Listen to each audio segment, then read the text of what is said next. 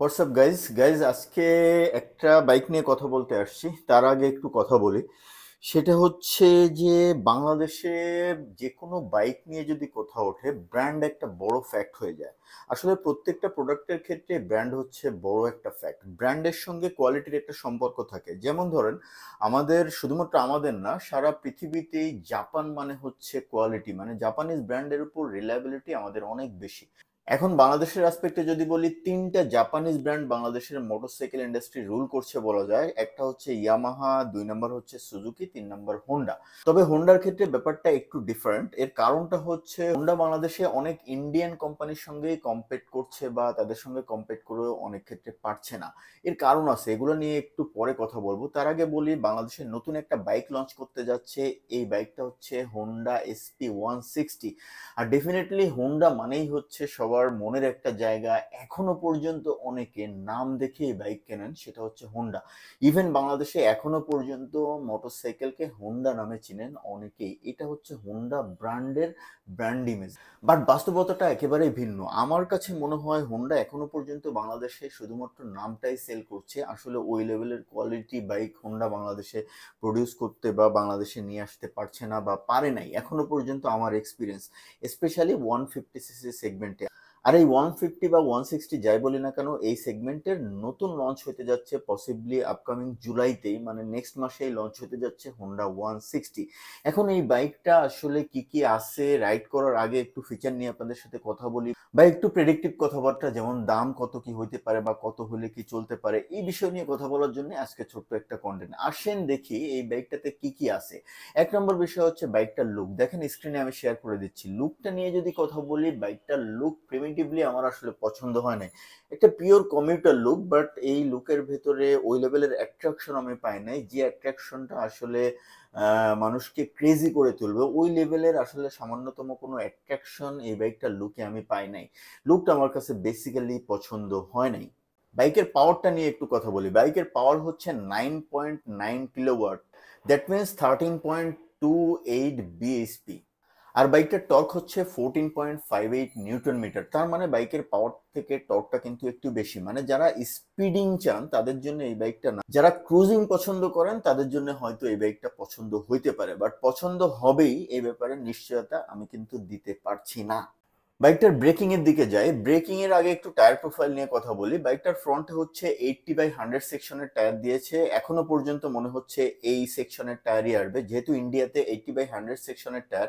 এখন আমার মনে হয়েছে যে এই টায়ার সাইজটা একটু চিকুন হয়ে গেছে। 160cc সেগমেন্টের একটা বাইকে অ্যাটলিস্ট 100/80 সেকশনের টায়ার দিলে ভালো হইতো। সো ফ্রন্ট টায়ার প্রোফাইলটা ভালো লাগে নাই। আর রিয়ার টায়ার প্রোফাইল হচ্ছে 130/70। এটা আমার মনে হয় যে ঠিক আছে। এবার ব্রেকিং প্রোফাইল নিয়ে কথা বলি। এই বাইকের হচ্ছে দুইটা ভার্সন আছে, একটা হচ্ছে ডাবল ডিস্ক আর একটা হচ্ছে সিঙ্গেল ডিস্ক। ডাবল ডিস্ক ভার্সনের ফ্রন্টের ডিস্ক সাইজ হচ্ছে 276 মিলিমিটার, আর রিয়ার ডিস্ক সাইজ হচ্ছে 220 মিলিমিটার। আর সিঙ্গেল ডিস্ক যে ভার্সনটা আছে, পেছনের ড্রামের সবগুলোই, বাংলাদেশের যত ড্রাম ব্রেক আছে ম্যাক্সিমামই ড্রাম ব্রেকিং এর সাইজ হচ্ছে 130 মিলিমিটার ডায়ামিটার। সো এই হচ্ছে ব্রেকিং এর ফ্যাক্ট। আর ডেফিনেটলি ভালো জিনিস হচ্ছে এই বাইকটার ফ্রন্টে কিন্তু এবিএস আছে, মানে বাইকটা সিঙ্গেল চ্যানেল এবিএস এর বাইক। আরেকটা বড় ব্যাপার হচ্ছে হোন্ডা SP 125 কিন্তু বাংলাদেশের প্রথম 125cc সেগমেন্টের এফআই বাইক, যেটা নিয়ে আমি অলরেডি অনেকগুলো কন্টেন্ট করছি। বাইকটা আমার কাছে মনে হয়েছে বর্তমান বাংলাদেশে 125cc সেগমেন্টের সেরা বাইক। ইঞ্জিন রিফাইনমেন্ট, মাইলেজ সবকিছু মিলিয়ে আমার কাছে মনে হয়েছে যে 125 সেগমেন্টে this is the best bike in Bangladesh, Honda SP 125। আর হোন্ডা SP 160, এটা হচ্ছে SP 125, এইটারই একটু বড় ভার্সন, বা এটার একটু লার্জার সিসি ভার্সন। এই বাইকটার আরো কিছু বিষয় নিয়ে কথা বলি। একটা হচ্ছে সিট হাইট। সিট হাইটটা হচ্ছে 796 মিলিমিটার। এখন এই সিট হাইট দিয়ে 5 ফিট 5 বা 5-এর নিচে চালাইতে পারবেন কিনা, এটা সিটের স্ট্রাকচারের উপর ডিপেন্ড করতেছে। অনেক সিট স্ট্রাকচার ফ্ল্যাট হয়, সেক্ষেত্রে সিট হাইট কম হলেও বেশি উঁচু মনে হয়। আর অনেক সিট গুলা হচ্ছে কার্ভি হয়, সেক্ষেত্রে সিট হাইট বেশি হলেও কমফোর্টেবল, অনেক কম হাইট নিয়ে চালানো যায়। সো এটা প্র্যাকটিক্যাল রাইড না করে বলা সম্ভব হচ্ছে না। এবার কথা বলি বাইকটার ফুয়েল ট্যাঙ্ক ক্যাপাসিটি নিয়ে। ফুয়েল ট্যাঙ্ক ক্যাপাসিটি হচ্ছে 12 লিটার। আর হোন্ডা বাইকগুলোর বরাবরই মাইলেজ খুবই ভালো হয়। সো আমার এক্সপেকটেশন, যেহেতু এফআই ইঞ্জিন, মাইলেজ হচ্ছে 45 থেকে 55, এই রেঞ্জের মাইলেজই পাওয়া যাবে। আর সাসপেনশন হচ্ছে ফ্রন্টে টেলিস্কোপিক আর রিয়ারে হচ্ছে মনোশক। হোন্ডা বাইক যেহেতু আমার ধারণা ফ্রন্টের টেলিস্কোপিক সাসপেনশন 37 নট 40 mm, যেটা আমার কাছে খুব ভালো মনে হয় না। আর যে কারণে হোন্ডা এক্সব্লেড বা হর্নেট যখন টপ স্পিডে আমি রাইড করেছি 37 mm ফ্রন্ট সাসপেনশনের জন্য আমার কাছে মনে হয়েছে 100 রেঞ্জে গেলে বাইকগুলো প্রচুর ওয়াবেল করে। স্পেশালি 37 mm সাসপেনশন যত বাইক আছে প্রত্যেকটা বাইকই দেখবেন আপনি 100 রেঞ্জে গেলে ওয়াবেল করে, যে ওয়াবেলটা আপনি 41 mm সাসপেনশনে পাবেন না। যেমন ইয়ামাহা বা সুজুকির বাইকগুলোতে দেখবেন যে যত স্পিডে যাবে মাটি কামড়ে স্টেবল হয়ে চলে। এখন এই বাইকটার আসলে কতটুকু ক্লিক করবে এটা ডিপেন্ড করছে হোন্ডা বাংলাদেশের উপর। হোন্ডা বাংলাদেশ প্রাইভেট লিমিটেড এই জিনিসটা বা এই বস্তুটা বা এই অর্গানাইজেশন যাই বলি না কেন এদের উপরে আমি খুব একটা স্যাটিসফাইড না।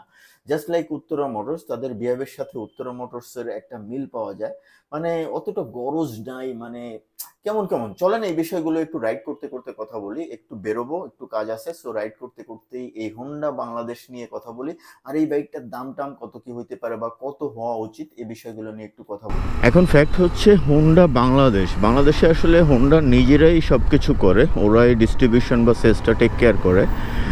ইয়ামাহা যেমন ওদের ন্যাশনাল ডিস্ট্রিবিউটার সিলেক্ট করে দিয়েছে এসিআই মোটরসকে, বাট হোন্ডা বাংলাদেশে এরকম কিছু করে নাই, নিজেরাই টেক কেয়ার করছে। এখন সবসময় বেটার নিজেরা টেক কেয়ার করা, বাট হোন্ডা বাংলাদেশের ক্ষেত্রে আমার কাছে মনে হয়েছে ব্যাপারটাই অন্যরকম। তারা একেবারেই কি বলবো, মানে হোন্ডার বর্তমানে যে বাইকগুলো আছে এই বাইকগুলো হচ্ছে আসলে জাপানিজ বাইক কোয়ালিটি আসলে হোন্ডা বানাইতে পারছে বলে আমার কাছে মনে হয় না।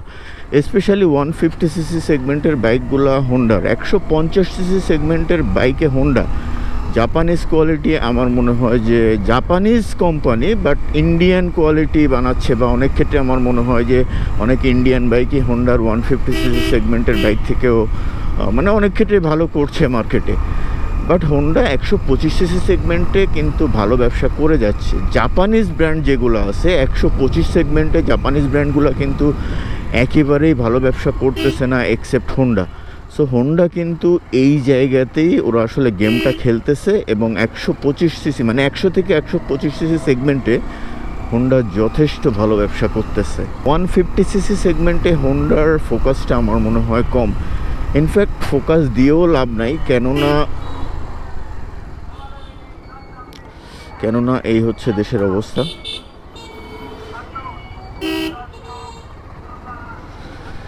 ফোকাস দিয়েও খুব একটা লাভ নাই, কারণটা হচ্ছে তাদের আসলে জাপানিজ যে কোম্পানি আছে সুজুকি ইয়ামাহার 150cc সেগমেন্টের যে বাইকগুলো আছে ওগুলোর সাথে কম্পিট করার যোগ্যতা আসলে হোন্ডার 150cc বাইকগুলোর আছে বলে আমার মনে হয় না। এই হচ্ছে ফ্যাক্ট। সো তারা কিন্তু একটা আলাদা সেগমেন্টে খেলেই যাচ্ছে এবং ওই সেগমেন্টে হোন্ডা আমার মনে হয় সব থেকে ভালো করছে। ক্যামেরায় আসলে চার্জ দিতে পারি নাই, যে কারণে কন্টেন্টটা হয়তো রাইড করতে করতে শেষ করতে পারবো না, এরকমই প্ল্যান ছিল। বাট যেটা বলছিলাম, যতটুকু কথা বলা যায় এই 5-6% চার্জে, যে হোন্ডা বাংলাদেশ আসলে তাদের বেশ কিছু গ্যাপ আছে। সেটা হচ্ছে তাদের মার্কেটিংয়ে আমার মনে হয় যথেষ্ট দুর্বলতা আছে। তারা মার্কেটিং ওরিয়েন্টেড না, মানে তারা হচ্ছে আসলে প্রমোশনে বিশ্বাসী বলে আমার মনে হয় না।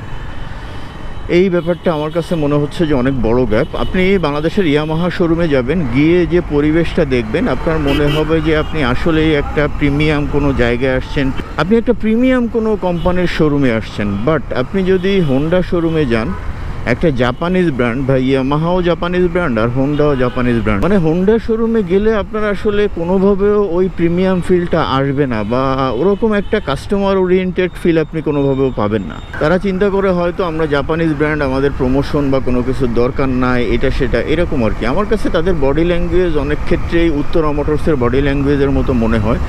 মানে হোন্ডা বাংলাদেশ আর উত্তরা মোটরস আমার মনে হয় প্রায় সেম লাইনের পাবলিক। মানে তারা আসলে কোনো ধরনের প্রমোশন বা মানে customer oriented behave, customer oriented attitude, এই জিনিসগুলো আসলে তাদের ভেতরে একেবারেই মিসিং বলে আমার মনে হয়। এখন SP 160 এই বাইকটার প্রাইস, যদিও ABS, হোন্ডা হর্নেটের একটা ABS ভার্সন ছিল যেটার দাম ছিল 2,55,000, মানে হেভিলি ওভার প্রাইস ছিল। যখন FZS ভার্সন 3 পাওয়া যাইতো, FI ABS পাওয়া যাইতো, তখন হচ্ছে 2,30,000 35,000-এ, তখন তাদের দাম ছিল 2,55,000। আর যে কারণেই হোন্ডা হর্নেট ABS ভার্সন রাস্তায় একেবারেই দেখা যায় নাই। আমি ইনফ্যাক্ট খুলনাতে একটাও দেখতে পারি নাই। আমার সামনে একটা বাইকও পড়ে নাই হোন্ডা হর্নেট এবিএস। এই হচ্ছে তাদের অবস্থা। হোন্ডা এসপি 160 এই বাইকটা বাংলাদেশে দাম কত হতে পারে, এই বাইকটার দাম কত হওয়া উচিত, প্রথমে এটা নিয়ে কথা বলি। মানে মার্কেট সিচুয়েশন বা এই বাইকটার লুকটুক যেহেতু আমার অত ভালো লাগে নাই, সো আমার মনে হয় যে এই বাইকটার দাম 2,30,35 এই রেঞ্জে হলে বা এর নিচে হলে বাইকটা হয়তো কিছুটা হলে চলবে, আদারওয়াইজ বাইক চলবে বলে আমার মনে হয় না। বাট আমার একটা ইন্টেনশন সেটা হচ্ছে যে হোন্ডা অথরিটি আমার মনে হয় না এই প্রাইসে দিবে। 2,50,000 রেঞ্জে আমার মনে হয় যে এই বাইকটার দাম চলে যাবে। সেক্ষেত্রে বাইকটা খুব একটা ক্লিক করার মতো হবে বলে আমার মনে হয় না। এর কারণ হচ্ছে বাইকটার লুকটা আমার কাছে একেবারে ভালো লাগে না। এই বাইকটার ফ্রন্ট টায়ার মাত্র 80/100 সেকশনের টায়ার। সো ওভারঅলি আমার কাছে গুড ডিল এখনও পর্যন্ত মনে হয় নাই। বাট একটা জিনিস যে এবিএস আছে, সো এবিএস ডেফিনেটলি আমি সবসময় প্রিফার করি। তবে এবিএস থাকুক না থাকুক, হোন্ডা হর্নেটেও তো এবিএস ছিল, তারা কিন্তু খুব একটা ক্লিক করাইতে পারে নাই, মানে একেবারেই পারে নাই। একেবারে মার্কেটে মানে মান সম্মানের একটা ব্যাপার আর কি। একটা বাইক আপনি মার্কেটে নামাইলেন, বাইকটা একেবারেই বিক্রি হলো না, মানে কাস্টমার কোন লেভেলের থাপ্পড়টা আপনাকে দিল চিন্তা করেন। এখন বিষয় হচ্ছে হোন্ডার উপরে ডিপেন্ড করতেছে যে এই বাইকটা তারা মার্কেটে চালাইতে পারবে কি না, কারণ এটার প্রাইসিং একটা বড় ফ্যাক্ট। বাট একটা বড় ফ্যাক্ট হচ্ছে বাইকটা একেবারে অচল হয়তো নাও হতে পারে, কারণ হোন্ডার উপর মানুষের একটা, হোন্ডা নামের উপর একটা ট্রাস্ট আছে। হোন্ডা নামেই অনেকে পাগল। যদিও হোন্ডা এখনও পর্যন্ত আমার মনে হয় বাংলাদেশের নাম সেল করতেছে, মানে 150cc সেগমেন্টে 150cc সেগমেন্টে হোন্ডার বাইকগুলো আমার কাছে মনে হয়েছে যে নাম ছাড়া আর কিছু না, মানে কোয়ালিটিতে আসলে ইন্ডিয়ান বাইকগুলোর কাতারেই পড়ে। সো এই ছিল হোন্ডা এসপি 165 নিয়ে আমার ওপিনিয়ন। আপনাদের কি মতামত, আপনারা এটাকে কিভাবে দেখছেন একটু কমেন্ট করে জানান। এটার দাম কত কী হইতে পারে আপনারা একটা জিনিস একটু জানান। অনেকেই আছেন আমি ব্লগ করছি মানে আমি অনেক ভালো জানি বা মহাজ্ঞানী, ব্যাপারটা এরকম না। আপনারা অনেকে হয়তো আরও বেটার প্রেডিক্ট করতে পারবেন। আপনারা একটু কমেন্ট করেন দুইটা ব্যাপারে। একটা হচ্ছে হোন্ডা এসপি 165-এর কোন বিষয়গুলো আপনার কাছে মনে হয়েছে ভালো, কোন বিষয়গুলো ভালো লাগে নাই। আর একটা জিনিস কমেন্ট করেন, এটার প্রাইস কত হলে আসলে মার্কেটে জাস্টিফাইড হবে বা কত হলে মার্কেটে চলবে।